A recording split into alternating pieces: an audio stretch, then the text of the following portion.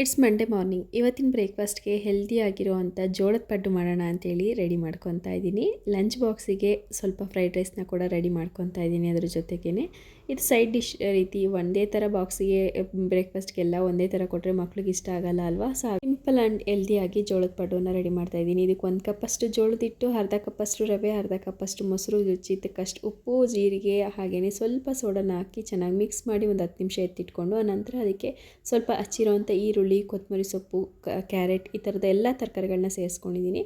ನಿಮ್ಗೆ ಇಷ್ಟ ಆಗಿರುವಂಥ ಸಬ್ಬಸಿಗೆ ಸೊಪ್ಪು, ಮೆಂತ್ಯ ಸೊಪ್ಪು ಈ ಥರನೂ ಕೂಡ ಸೇರಿಸ್ಕೋಬೋದು. ಆನಂತರ ಪಡ್ಡು ಪಾತ್ರೆಗೆ ಸ್ವಲ್ಪ ಎಣ್ಣೆ ಜಾಸ್ತಿನ ಹಾಕ್ಕೊಂಡು ಪಡ್ಡನ್ನು ಹಾಕಿದ್ರೆ ನಮಗೆ ಹೆಲ್ದಿ ಆಗಿರುವಂಥ ಬ್ರೇಕ್ಫಾಸ್ಟ್ ಅನ್ನೋದು ರೆಡಿ ಆಗಿಬಿಟ್ಟಿರುತ್ತೆ. ತುಂಬ ಜನ ವೀಡಿಯೋಸ್ ಯಾವ ರೀತಿ ಬೇಕು ಅಂತ ಕೇಳಿದಾಗ ವೆಯ್ಟ್ ಲಾಸ್ ರೆಸಿಪೀಸ್ ಬೇಕು, ವೆಯ್ಟ್ ಲಾಸ್ ವೀಡಿಯೋಸ್ ಬೇಕು ಅಂತ ಕೇಳಿದರೆ ಸಾಕಷ್ಟು ವೆಯ್ಟ್ ಲಾಸ್ ವೀಡಿಯೋಸ್ನ ನಾನು ಈಗಾಗಲೇ ಅಪ್ಲೋಡ್ ಮಾಡಿದ್ದೀನಿ. ಆ ವೀಡಿಯೋಸ್ನೆಲ್ಲ ನೋಡಿ ಅದರಲ್ಲಿ ಏನಾದರೂ ಡೌಟ್ಸ್ ಇದ್ದರೆ ನನಗೆ ಕಾಮೆಂಟ್ ಸೆಕ್ಷನಲ್ಲಿ ತಿಳಿಸಿ, ಖಂಡಿತ ಶೇರ್ ಮಾಡ್ತೀನಿ. ಇದು ಇವತ್ತಿನ ಮಿನಿ ವ್ಲಾಗ್.